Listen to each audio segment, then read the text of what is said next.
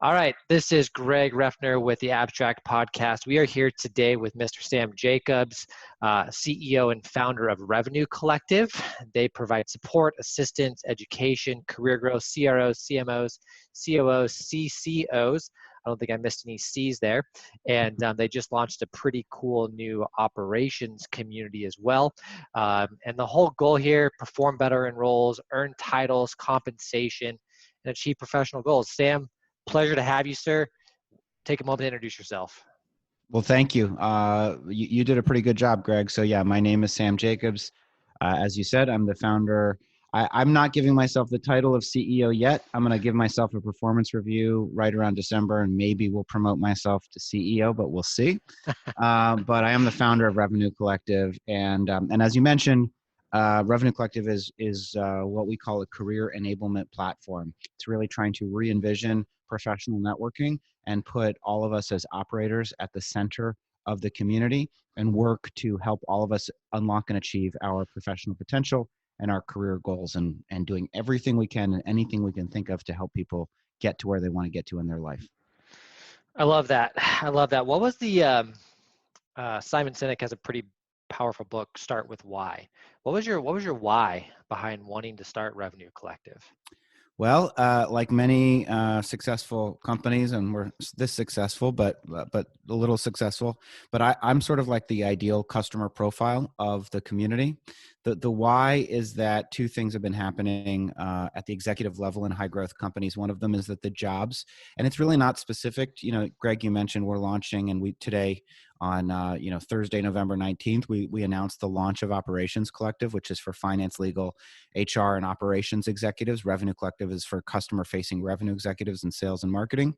But the point is, two things have been happening at the executive level. One of them is that the jobs themselves have become more difficult and harder because there's new technology, new strategies, new go-to-market motions. The second thing that's been happening is that all of us are spending less and less time in those jobs. And so the average tenure in role for a revenue executive at a high growth company is under 2 years. It's 17 months the last time we did the research. And so, and my personal story is exactly that, which is that I was I've been doing this for 20 years, meaning leading sales and revenue organizations at high growth companies. The first big stint was 7.5 years. The next stint was 4.5 years at a company called Axial. The next stint was 2 years at a company called Livestream. The next stint was 9 months as chief revenue officer of a company called The Muse. And then the next stint was 10 months as chief revenue officer of a company called Behavevox. And so you can see my personal journey has been shorter and shorter and shorter stints while the job becomes more complicated. And so we started Revenue Collective really to put all of us as operators at the center of the community. And I say that in opposition to, or I'm specifically saying, not investors, not CEOs or founders, not service providers like executive search firms. None of those people are the primary focus of what we're trying to do. The primary focus is all of us as human beings and operators, and helping us and working to stitch together a career. Because, in the modern world, and we're recording this, hopefully on the tail end, knock on wood, of the COVID-19 pandemic, but even more so now, right? The companies themselves are not able to provide career support, right? If we're only going to work there 18 months, the companies cannot provide career support. They can provide a little bit of support in the role, but what they really need is for you to make an immediate impact right now. So companies can't do it. There's no pensions anymore. Maybe we'll get Social Security when we're of retirement age. Maybe we won't. And so there's no safety net for executives. There's no guidance. There's no playbook. How do you put together 20 to 30 years of work that results at the end of it of you have the money that you hope to make, you have the circumstances that you hope to live in, you feel safe, you feel confident, you feel secure. And that is exactly the type of framework that we're trying to provide to our members. We're trying to take all of the mystery and the fear and the anxiety and the guesswork out of their career, and as much as possible try and provide support so that if you want to get somewhere, we give you the lessons, we give you the playbook, we give you the answers to the test, so that all you have to do is put in the work, and by the end of X period of time, you'll get to where you want to go. Well, you answered one of my questions that I was going to pose is kind of what is the biggest need that you guys have hoped to kind of solve in the market? That seems to be pretty clear. Has that changed at all in the last 12 months? Well, it's become more acute. obviously, like many companies and particularly communities, we were impacted by COVID and we pivoted. And like many folks, we were doing like maybe one webinar a month. Now we're doing 30 a week. We're doing 30 digital events a week. We Wow. didn't have kind of a career services notion. We created this community called On the Bench over the last 9 months for people that have lost their jobs, basically as a support infrastructure and resource. So it has changed. I think what's changed over the last 12 months is that it's become even clearer as we're all working from home and we're all more isolated than ever, that community is now more important than ever, and that the world is less certain than it's ever been. And as a consequence of that, the need for platforms and communities like Revenue Collective is even more acute. So I think, for better or for worse, over the last 12 months, like the mission that we serve has become even more important to many people. Yeah, absolutely. So I want to talk about that move to remote working because it's almost, I don't want to say maybe defined, but redefined how leaders, frontline workers, people feel connected and valued. Um, for someone who is so used to maybe being surrounded by SDRs all day and picking up on the energy of them prospecting and getting wins, to now you're maybe in a two bedroom apartment sharing it with three other people and you're trying to find yourself in a closet, like so easy for your emotions to like get the best of you and become disconnected. um, how are you guys providing listeners today through maybe some examples from Revenue Collective of like, what are you guys teaching to overcome these challenges that people are being faced with when they are disconnected, they are in different environments, they're not supported by other people? Like, how are you guys helping those types of people? Well, a lot of what we're doing is going out to our members and saying, what are you doing? And then we're synthesizing that. So for example, we, launched a biweekly, we call it an economic benchmarking survey. We started it in March. It was happening biweekly. I think can mean either every 2 weeks or twice a week. In our case, it meant twice a week. Okay. And then we reduced the frequency of it. But basically, right away, what we were trying to do is give people insights on what is everybody else doing and how might you achieve whatever it is you're trying to achieve. Now, to your point, Greg, I think that exactly what you mentioned is the biggest challenge. The biggest challenge is that this pandemic is really unevenly distributed. It's obviously most unevenly distributed between blue collar work and white collar work, where blue collar workers are often still on the job, still more exposed to the virus, and still in higher risk situations, even though they're being paid less. White collar work is much, much better off because we're able to work from home. We have our laptops. But then exactly as you said, there's still this tension between young people who actually are the most have the most interest in getting back to the office because, like you said, they're in smaller living spaces. They're sharing with many other roommates. Whereas somebody like me, an older person, I don't need to say how old, but an older person, I have enough living space. I work, I live by myself with my dogs and my family, and it's a lot easier. So what is first, I guess the first thing I would say is, what are we doing to help those people? We're trying to redistribute best practices. Now, what are those best practices? Well, that's, there's no silver bullet. There's no perfect answer. I think, the things that you're going to hear over and over again. The first is that you have to respect, you can't expect perfect productivity and perfect engagement all day, every day. And that you need to be a little bit more flexible when it comes to people's life. You need to let them incorporate their life. Work-life integration is the phrase that's often used a little bit more than before. Which means that if they have to go to the dentist in the middle of the day, they have to go to the dentist in the middle of the day. And that's I think that's obvious to most people, but just to reinforce again what I think all of us know, the commuting time hasn't been replaced by nothing. The commuting time and the time socializing after work has largely been replaced by more work. Yeah. So we have to be mindful of, that phrase work-life balance, which is really, again, work-life integration, because we're all at work all the time. I think this is shown that anyway, right? We all have our phones on us all the time. So that's thing number one. Thing number two, I would say, is you have to be very intentional about the frequency and type and duration of the meetings that you host, right? Because there's one type of interaction. It's a whether you're using Google Meet, God forbid, or you're using Zoom. But that's what we have to interact with the other people. Yes, we have Slack, but Slack is just as intrusive as it is supportive and helpful. And so, at first, everybody, including Revenue Collective, including like the team that I manage, we were having twice a day meetings. We were having a morning daily huddle. What's everybody doing today? And then an afternoon or evening wrap up. What'd you do today? What are you going to do tomorrow? And then we had our internal meetings as well. And then of course you have customer meetings and all. And so pretty soon you've got like your day booked with video calls. Yeah.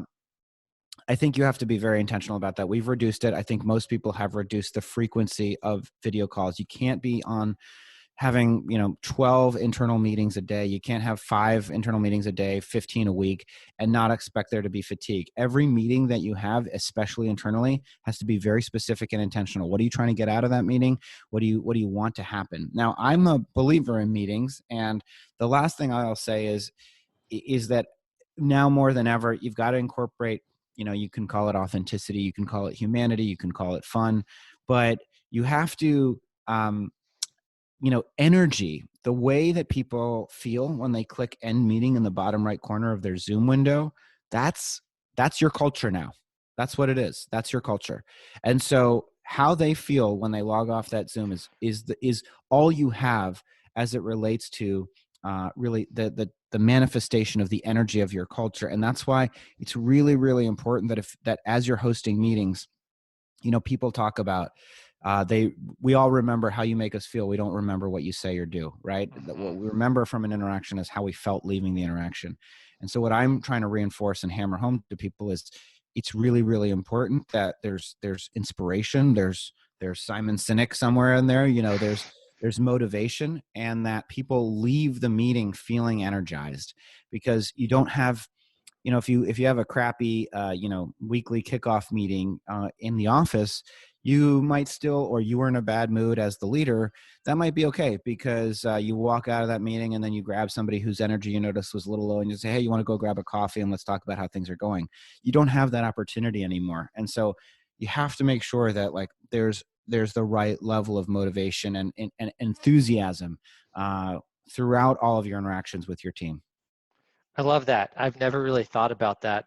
And I was just thinking back to over the past week, how many times have I hit that end call meeting and I've like thrown my headset down and been like, oh, I'm so glad that call's over, versus like right into the next meeting, like, oh, I'm so pumped. I feel good about the outcome of that meeting.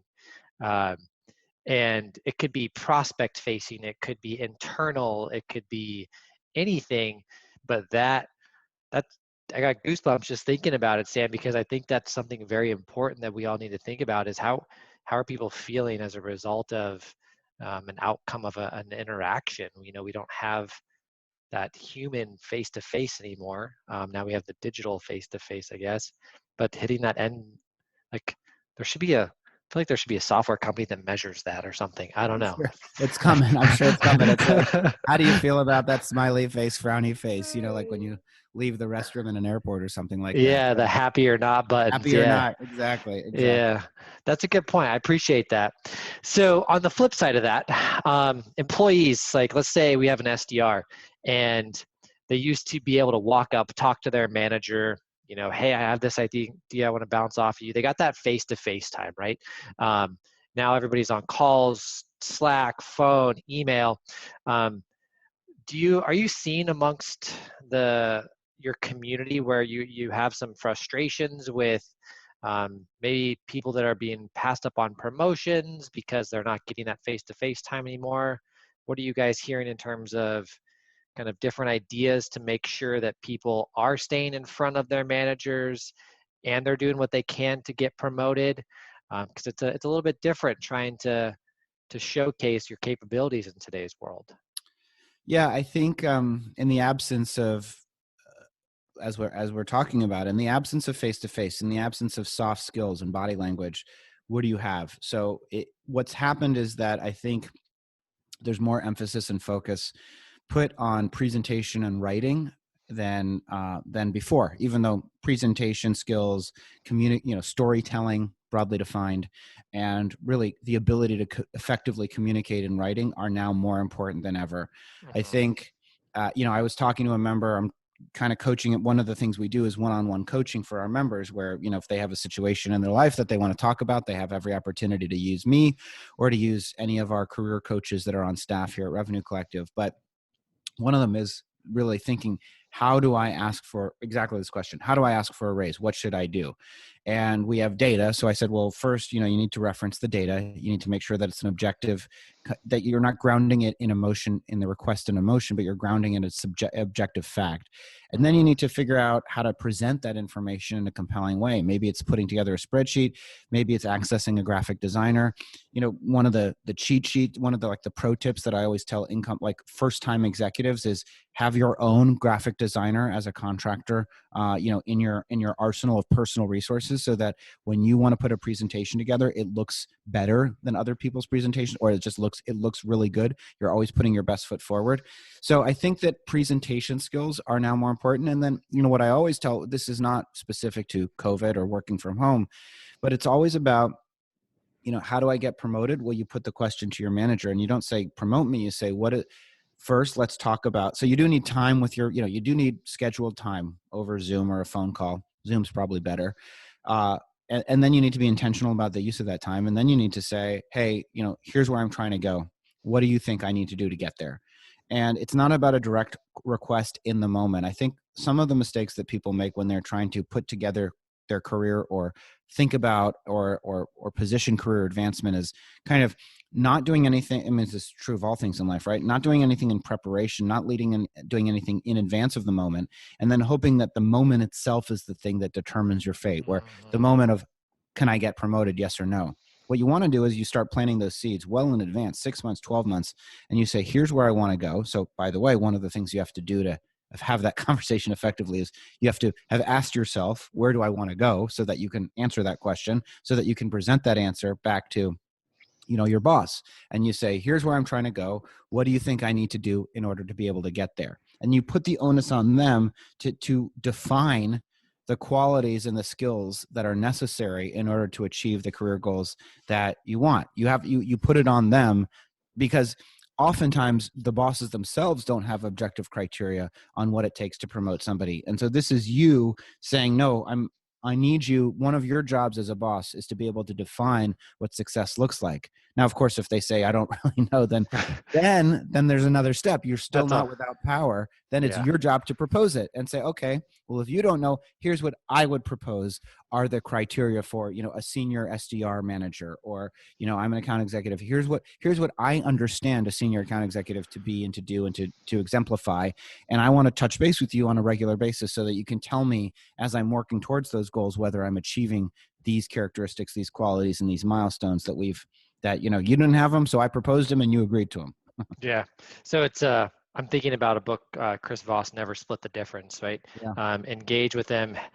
How do you envision I do this? What do you propose? Get them involved in that, because then they feel like they have an emotional stake in that journey with you, and they're tied to an outcome. And so I think as an early SDR in my career, one of the first things I always did is I had a spreadsheet. Here's my day-to-day performance. Here's my weekly performance. I tracked all those things so that when I was ready to start talking about a promotion, I would go and I would say, hey, what's it going to take for me to be promoted to that AE? Cool. Here's what I've done. If I keep on this track, we're in agreement that my next step at these goals would be an AE. And so I think too many early in their sales careers, SDRs, AEs don't track their performance, and they really should, because it allows them to take that and build a professional presentation of what they've done. So I love that. And then really plant the seeds for the promotion, like start 6-12 months early. So yeah, absolutely. I think just to underscore that point, Greg, like documentation, just documentation is just so important. Here's what I've done, and also here's what I'm going to do. And then let's check back in. I remember when I said I was going to do those things, I did those things. You see how that works? So, so much of success in professional life is simply doing what you say you're going to do. Yeah, absolutely. So true. So true. Well, speaking of that, Revenue Collective, it's not open to everybody. There's an application process. It's not just something that you can click join on and you're part of the group. Um, so I'd love to understand the kind of first and foremost, like why did you kind of make it that exclusive thing? Because I like it, but what was your intention behind doing that, Sam? Well, uh, I quibble a little bit with the word exclusive, and Okay. exclusivity is actually not the point of what we're trying to do. It's actually, in some ways, the opposite. It's inclusivity.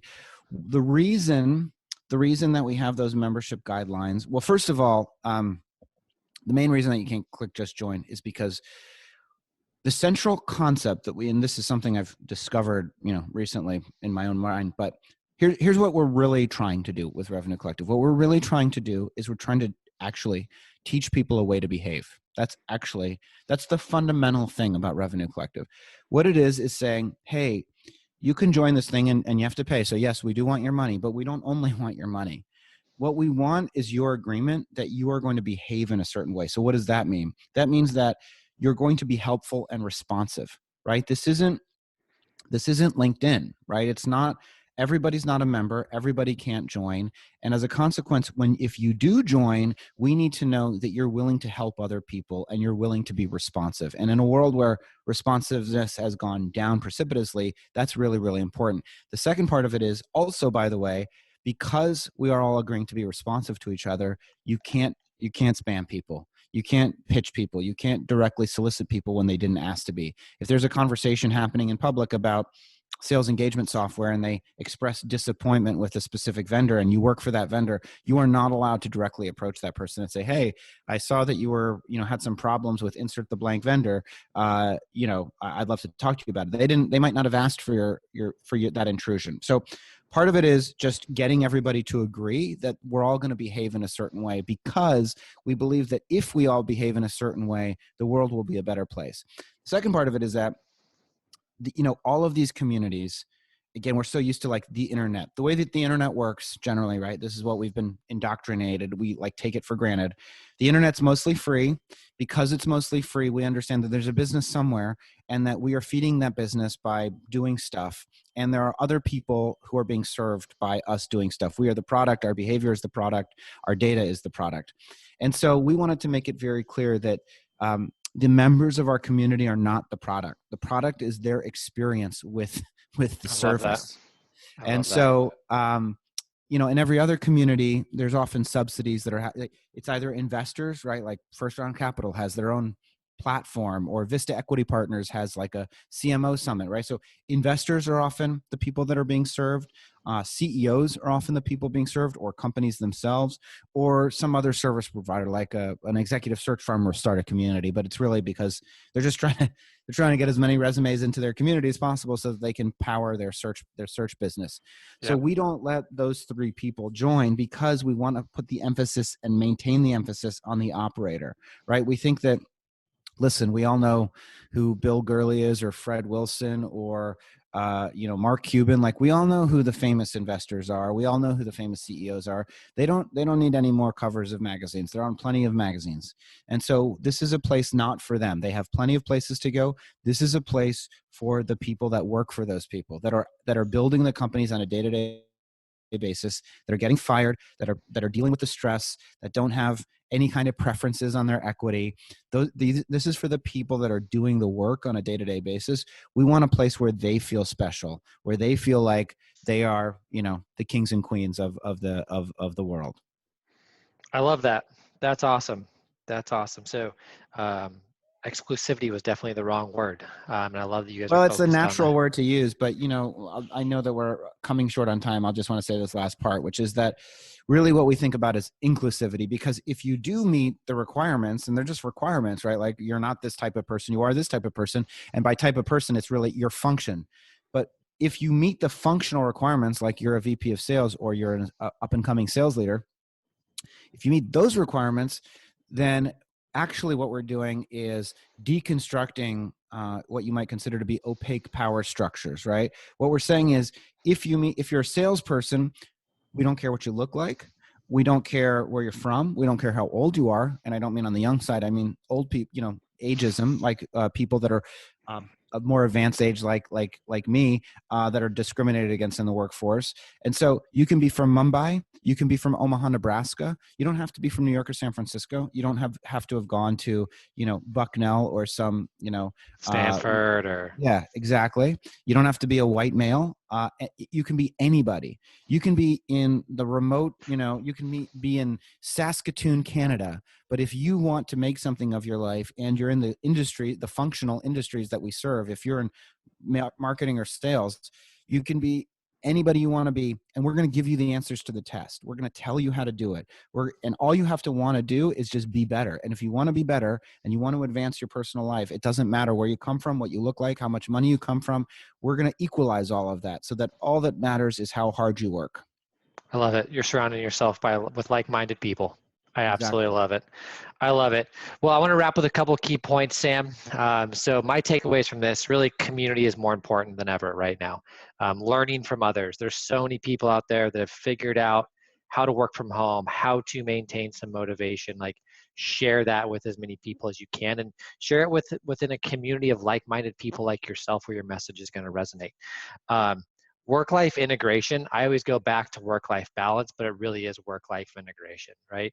I have a 3-month-old son. Knowing I can take care of him for a couple hours in the middle of the day if I have to, and my boss is okay with that, working or building organizations where people feel comfortable doing that, because you're right, that commute has been replaced with just more work. It's not like I got those 2 hours back in my day. And then really planting the seeds for promotion, and then all the things that came with that, the documentation, asking your boss to be emotionally invested in the process, really making sure that there's clear guidelines so you know what you have to do to get that promotion, and then go and actually execute on it. So those are my biggest 3 takeaways. So thank you for those. I think those are great, Sam. For anybody who wants to get in touch with you or Revenue Collective, learn more, what's the best way to go about doing that? If you want to get in touch with me, that's easy. Sam@revenuecollective.com, or you can go to LinkedIn, linkedin.com/Sam F. Jacobs. And then if you're a sales, marketing, or customer success professional, you'll be eligible either for our associate executive community at Revenue Collective, that's revenuecollective.com. And if you are a finance, legal, HR, or ops professional, go to operationscollective.com. Either way, click apply now, and we'll get back to you as soon as we can. Cool. Awesome, Sam. Well, I appreciate your time today. Good luck on the launch of Operations Collective. I'm excited to see how that turns out. And thank you again for your time. Thank you. Talk to you soon. Bye.